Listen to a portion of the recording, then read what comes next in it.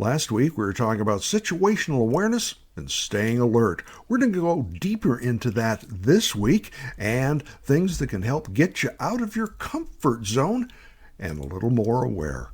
We're also going to take a look at the video version of this program. Yep, that's coming up down the road. We're also going to take a look at the warmer weather ahead and how that can impact your home security and safety. All of that, plus a visit to Mr. Bill's neighborhood. Come on in. Let's get this going.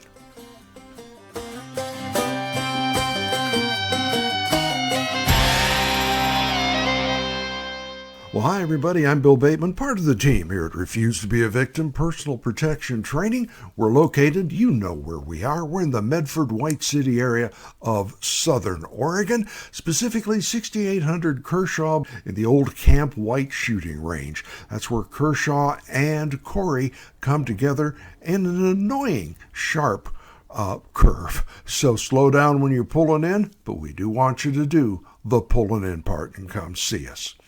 Let's talk about changing up our routine. Sometimes we get too comfortable. I know I'm guilty of this in a number of different areas, and habits are okay, but they can become a rut, and you get this almost fog over your vision. It's like your glasses fog up or your windshield gets impaired because of it being cold outside.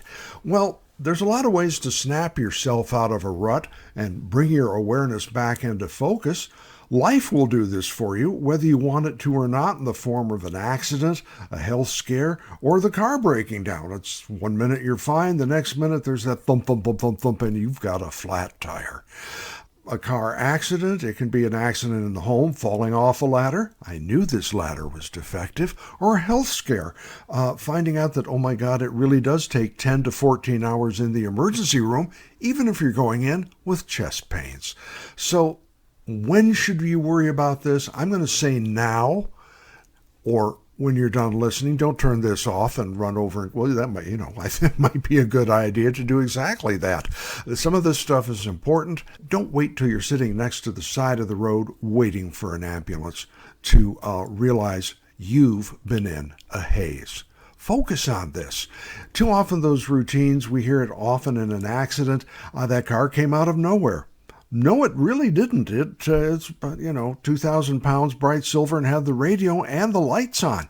It was pretty easy to spot. You had gotten complacent. You had gotten fog. So how do we deal with this? How do we break this?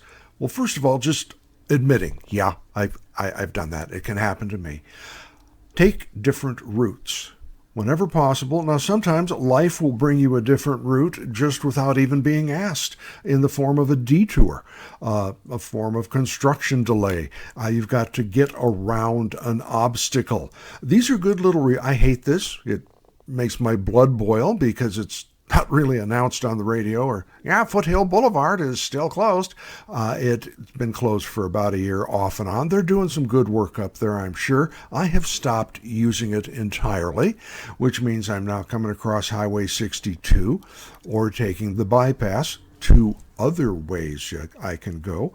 And sometimes coming across the street and there's construction, there'll be a detour. Yes, they're annoying. Yes, the neighbors are out there in lawn furniture looking at you, and many of them are smiling, but it's a good way to find out more about your community. Can you get to such and such an area by going down this street? Oh my gosh, this would not be good in a truck. It's a very thin street, a narrow street, and there's cars parked on it, so you're not going to get that big moving van down the road. Staying alert, staying aware of your surroundings is important when you're driving. It's also important in case of an emergency.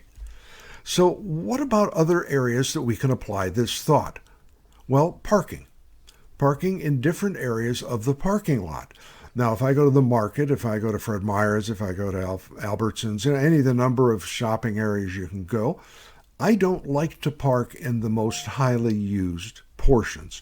I don't like to get door dings, especially trying to get my car in next to the 4x4 dually, which is trying to park in the compact spot.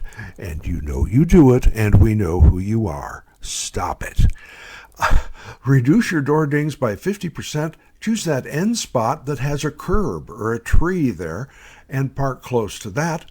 And you've reduced by 50% the amount of damage your car can take thanks to other drivers. Also, I don't like to park close to a whole lot of other cars. If I happen to be the only car at the end of the row and I notice people are following me and there's no other cars down there, well, they could be going on through. They could be going to the gas station, or this could be something I have to be aware of. I prefer to be alert. I prefer to have my eyes open and evaluating the entire time. So just some ideas. Don't let your routine lull you into complacency. Don't let your need for convenience put you in a bad spot in a parking lot, or especially like if you're going to a club or a theater, parking down by the dumpster in the corner where the light's out. No, people, no. Even if you carry a flashlight, bad plan. And especially now as the weather's getting nicer, criminals don't like cold weather any more than you do, but as the temperature's warming up, they kind of thaw out. Now, yes, if it is snowing, try and get by the door. Hopefully there's been at least an attempt at de-icing. But now that things are getting a little bit better, keep your eyes open. Think about it in advance. Don't wait until the last minute to make some of these choices. I mentioned we're getting started on a video version, and I mentioned we're going to start doing these on video. Well, I'm excited about this. It's been a long process, and I got kind of a jump start to get this happening. Habits, and we're just talking about that, can interfere in regular day-to-day processes as well. Let me tell you how. I'm a Zoom guy. When I was at the university, I did a lot of Zoom. I worked, in fact, I was one of the first people bringing Zoom on campus through some of the IT department brought it on. It came to our department. We worked with helping people get it to work for them. So Zoom is what I think of automatically. It became a habit. Well, I decided to use Zoom for our new recording of the videocast, going from podcast to videocast. Except Zoom does not like to adjust portrait to landscape, and I spent half a day trying to make it work and getting pretty frustrated. I mean, I'm Mr. Zoom, for heaven's sakes. Well, I had to do a little research and discover that the video on my cell phone not only works faster, but it's got better quality and it's going to be easier to edit. So the camera setting on my cell phone, in this case, topped my Zoom. This allowed me to complete my camera testing. We're also testing audio and wireless microphone systems. The whole plan of this is to get more location work done.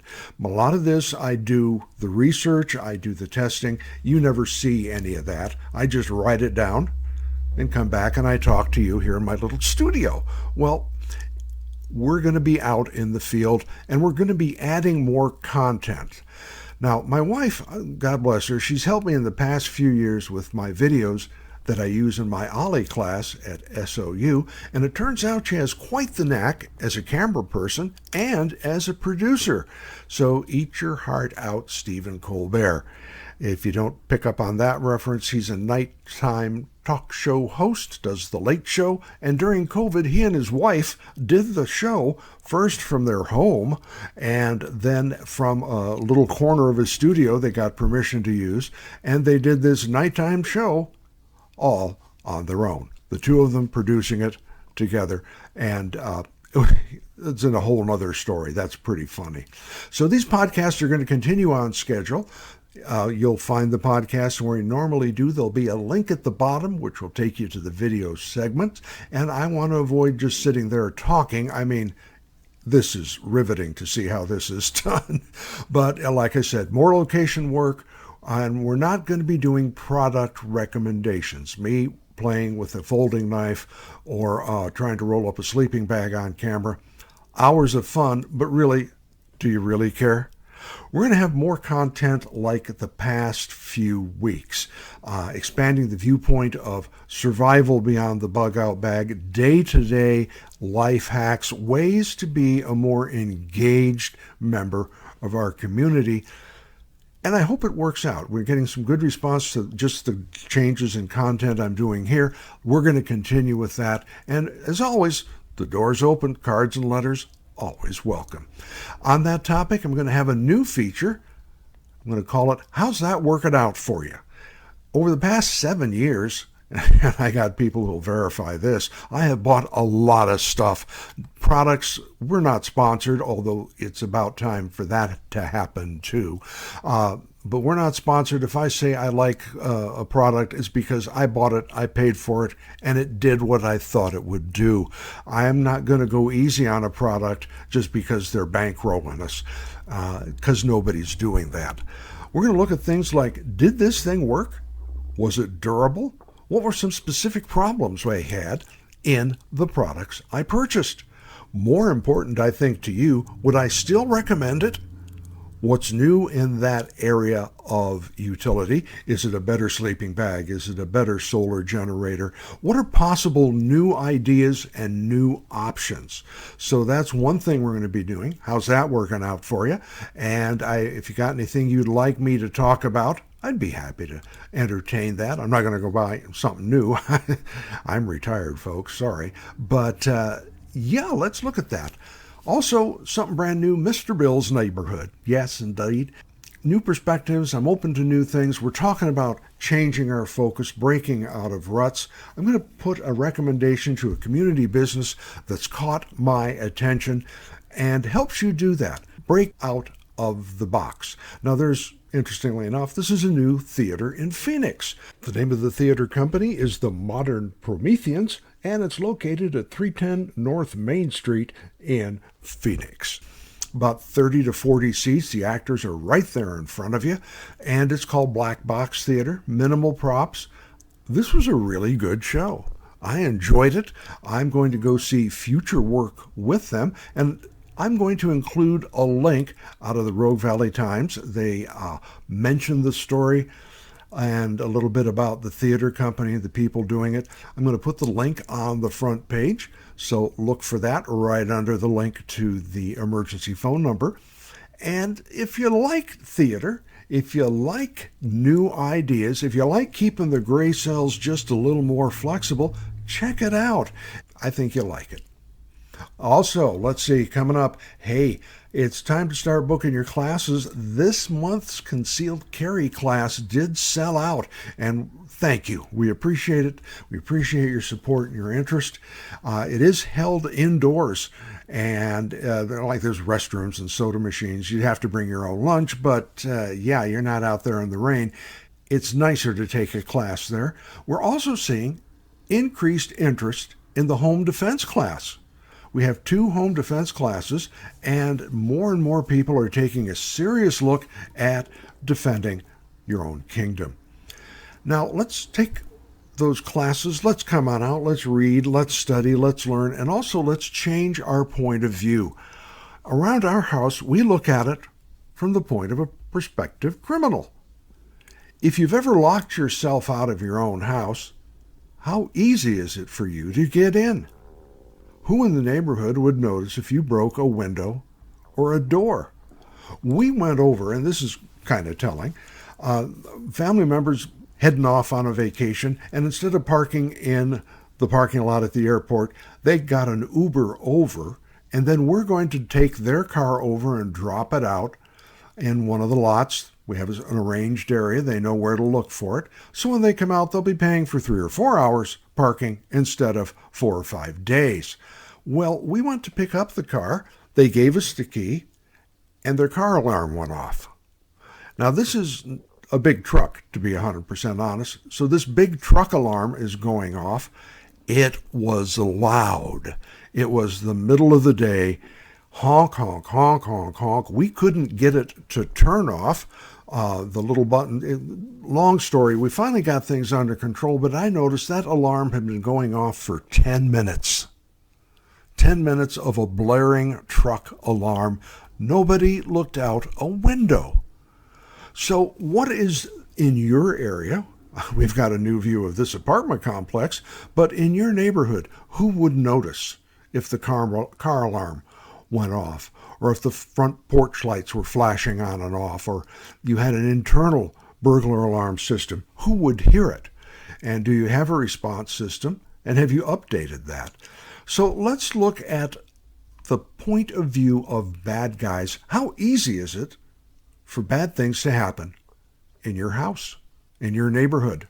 Let's take a little more personal responsibility. Is the gate latch broken? Look around after the winter. It's been a pretty good winter. Rain, snow in many areas, wind, stuff banging back and forth. Is the gate latch broken out there? Is that a loose board?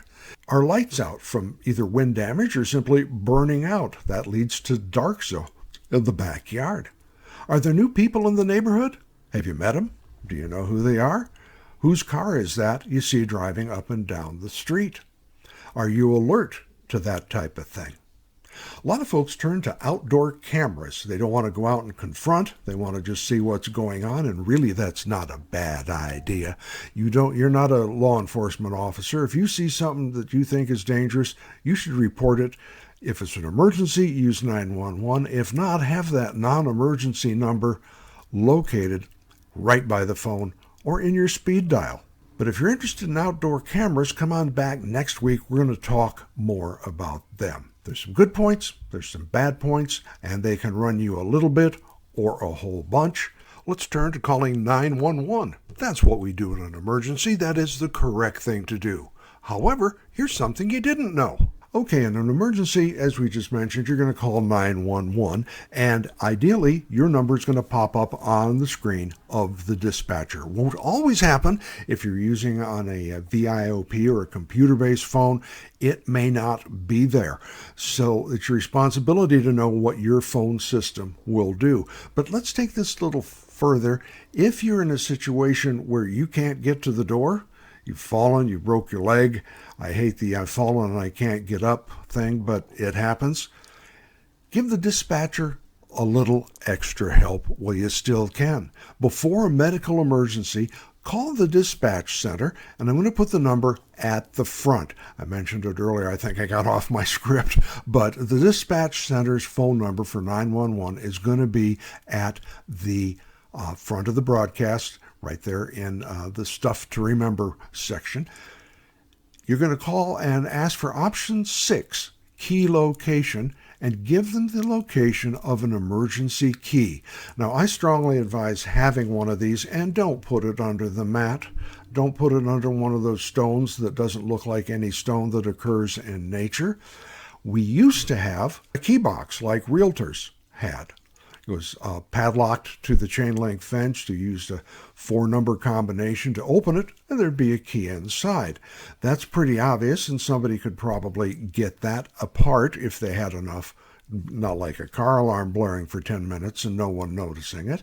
But we now have an official hide-a-key, and we have a special hide-a-key location, and it's a combination.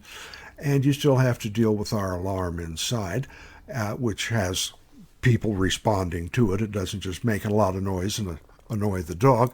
So if you're going to have an emergency key, and I recommend you do, reach out to the dispatch center. If you call and you have a medical emergency and they can't get in easily, they are going to come in, and I thank you for that. That's what they need to do to come in and save your life. So don't be surprised if you hear the door splinter when they come in, unless you've given them at the dispatch center where your emergency key is hidden. So these are just all things to think about as we approach the change in season. New seasons, new time change, spring forward, all that business. New things to do. Stay alert, stay aware, keep your mind agile. Don't get focused on what's going on the radio. Look at what's going on around you. Keep your situational awareness high. That's all we got for this week. I'd like to invite you back next week. Like I say, we got more things coming. Mr. Bill's Neighborhood might have a new suggestion. We're going to look at our first installment of how's that working out for you. And we're going to look at cameras, outdoor cameras, and possible ways to ensure you're going to stay safe. We will see you in class, or we'll see you out at the range, and I certainly hope we'll see you here next week. Remember, download this, share it, put the word out on it. We want to build some listenerships.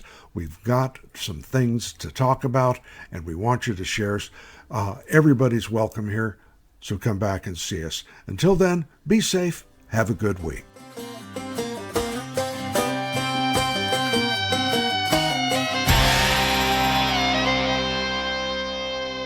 The preceding program was a presentation of Retired Guy Productions.